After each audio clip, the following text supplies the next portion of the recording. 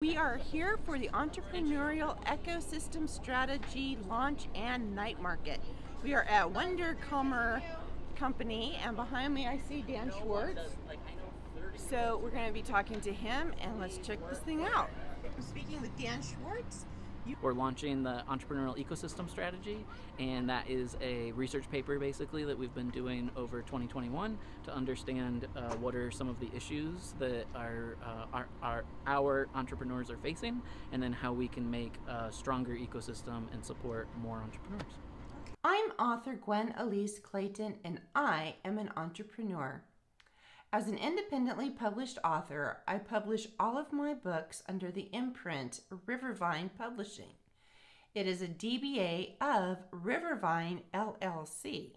The limited liability company also houses Rivervine Professional Business Writing Services, which is what I use for my journalism and copywriting services business. Last Friday, I attended the launch of the Entrepreneurial Ecosystem Strategy for Greater Fort Wayne. It covers the years 2022 through 2021. It was the brainchild of Start Fort Wayne and the Community Foundation of Greater Fort Wayne. And the purpose is to create a roadmap for success and to elevate the importance of entrepreneurship in economic development conversations and provide actionable solutions to grow our entrepreneurial ecosystem in Greater Fort Wayne. So the way they conducted this was they sent out surveys to people, and I filled out one myself, and they did subsequent interviews with some people and created focus groups, and then they developed this plan, and it's so well done. So Daniel Eisenberg, who is the founding executive director of the Babson Entrepreneurship Ecosystem Platform, developed 6 key areas of entrepreneurship, of an entrepreneurial ecosystem. So they go with policy, finance, culture, support, human capital, and markets. And you can see I have just marked up this whole thing because I do my research. I am a data-driven journalist. What they ended up creating was, check this out. This is a whole big, I call it the taxonomic order of economic development. So you have the kingdom, it's the kingdom of entrepreneurship, and then you see the phylum is the 6 pillars, kingdom, phylum, class, that's right. Class is you further divide the pillars down into classes, and then always have to remember it, kingdom, phylum, class, order, family, genus, and species. For each of the 6 pillars, which I'm calling the phylum, they developed 3, 7, and 10-year strategies, tactics, and metrics. So it's so well done for all of these. Check it out. For all of that. So I attended the party. I found it fascinating, and I talked to several people. So check out what they had to say. I am standing here talking to Stefan Frigia. And you are the new president of the Regional Partnership of Northeast Indiana? Correct. Well, I mean, we can spend a lot of time, looking to bring new companies into the region, but having a thriving economic region, implies you actually have new growth within it. So that's part of that theory of economic gardening. So making sure that the local entrepreneurs, the local companies, people that were born and raised and really believe about this region have an opportunity to, create new technology, new companies, and create job opportunities. So it's one of the facets to kind of the bigger picture economic development, and it's incredibly important because people want to come in in regions that actually have vitality and that have things going on. All of the ESOs need to come together instead of working separately, come together and work as one fist in order to serve the communities. Sky's the limit. You're not looking to someone else to determine your livelihood or how much money you're going to make or how much success or when you're going to work. Having that freedom to make those decisions for yourself and build a life for yourself is critical. And it also, I think, is great for the economy because lots of people hiring 3 or 4 or 10 or 15 is always going to work out better than having an Amazon or something of that sort, because once that goes under, then that's going to affect the economy in such a big way. So diversifying those things is important, not to mention creating quality products and services that reflect our entire community, right? So when you have a business that's owned by, a black woman, that's going to be more reflective of what other black women need. Same with Hispanic people who speak Spanish or any other language. So us being able to provide goods and services to communities that look like us in our way is just an incredible way to do things.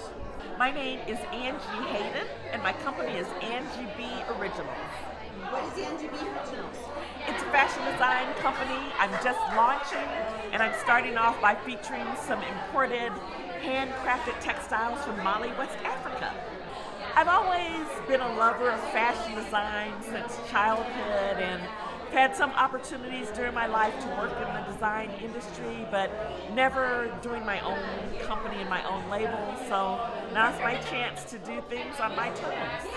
I'm just able to be fully creative and not have to be bound by the dictates of another company, which might require you to use a certain type of fabric that they have or design a certain type of way for a particular customer. In this way, I can just do the things that inspire me. As an entrepreneur and an artist, I'm diversified.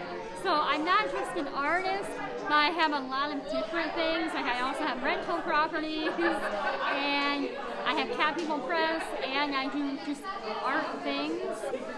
There's a good community, there's a really tight-knit art community, and artists, I think, are doing better at making it as artists and entrepreneurs. I think places like Junior Commerce are really great for entrepreneurs. We have Start Fort Wayne, the Farmers Market for people starting out with products and services is a great place to start too. So it seems like people are more and more engaged with small businesses around town. So getting that engagement of the community is really good. Just having more awareness of entrepreneurs and small businesses and not shopping on Amazon or at Walmart, and looking around the community to see how your needs can be met locally. I'm working with Believe in a Dream, which is a nonprofit, and now I handle the entrepreneurship programs for them as their program director. So we work with high school students or young people up to the age of 25, help them to learn leadership skills, entrepreneurship skills, learn their personal brand. The truth of the matter is, these are the people who are going to build our community. They're our next generation. I'm not going to be the one that builds our next generation in our community. They are. So I want to enable them to do a better job of building a better tomorrow, if you want to look at the little tagline there. Building a better tomorrow is important for Northeast Indiana. These are the people that are going to do that. I'm a proponent of letting people go off and do what they do and help them. Help them with funding support, promotional support, and let all the people that want to help do their jobs. But the most important part of a laissez-faire approach to the ecosystem is concentrate your efforts on the actual entrepreneurs, not the people like me that are doing the support work and the enabling stuff. We got too many Steve Frankses out there trying to do this already. I love the fact that we could focus strictly on the people that are growing companies and help them. I am the co-chair of the Content Creators of Color, and we help people of color who are in the digital marketing space we help them with professional services and helping them get jobs, and we're national. So we're all over the country, and we just help them with whatever they need, building their resume, providing any type of equipment that they might need. That's the type of thing that we do. Do you do like professional headshots and business photography like that? I do, yes I do. Like headshots, portraits, I do commercial photography for businesses, doing lifestyle for advertising, marketing, and like corporate photography. It can be really great for website, for social media, just to really show like what your business offers, especially with like more lifestyle. It can bring it more of like a natural way to like just really engage the viewer or potential customers to kind of just get their interest in what your work is. Well, I have followed Dan Schwartz and his journey with working with not only Wunderheimer, but also Start Fort Wayne. It's been a program that's been supportive of entrepreneurs, and I think we need a centralized resource for that. I participated in things like 1 Million Cups, starting back when I started my business in 2016. That was a good support system at the time, but Dan recently went with the Community Foundation. They did surveys and studies to see what we need, and I'm hopeful that they will get some things in place for us. This is the study that we did.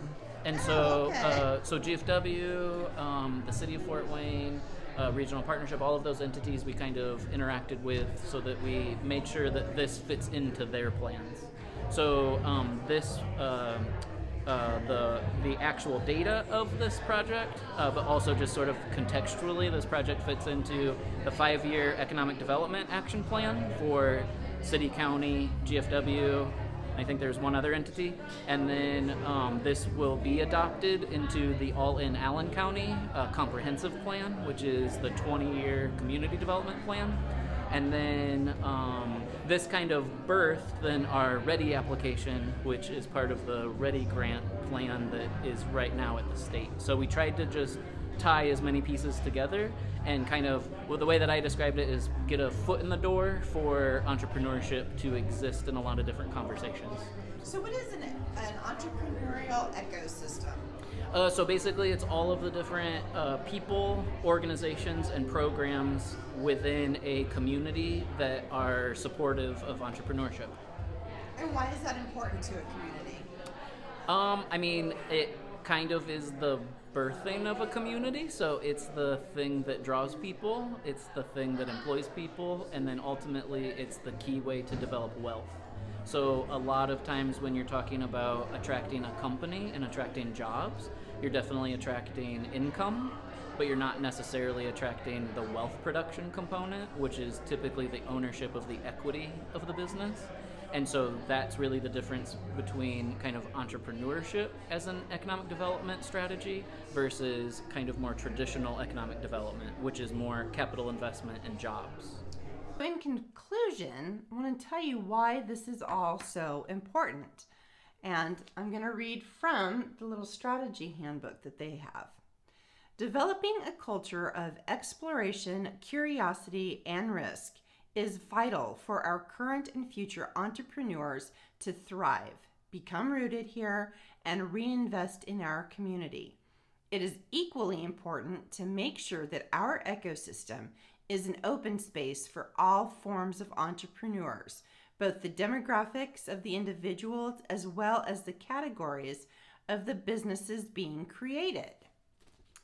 And then another thing that I found interesting, and in their vision statement, they write, to this end, we see the entrepreneurial community of 2030 and beyond as one rich in diverse talent, producing intellectual property as a rate competitive with communities far larger, and being chosen and native home to dozens of successful Fortune 500 and Inc. 5000 businesses. Because of these successes, the culture of our community will change to be more open, less risk averse, and one craving new ideas, new flavors, and new experiences. Now that is something I can get behind. If you would like more information about the entrepreneurial ecosystem strategy for Greater Fort Wayne, you can go to startfortwayne.com/EES. I'm author Gwen Elise Clayton, and you have been watching Rivervine, the Lifestyles channel for critical thinkers with a sense of wonder. Please give this a thumbs up if you found it informative and or entertaining, and be sure to subscribe so you never miss a video that you might find helpful in your pursuit of all things that are not trending but probably should be. If you'd like to financially support this channel, you can go to patreon.com/rivervine, and if you would like to read my books, you can find me on Amazon. But I'll see you next Tuesday.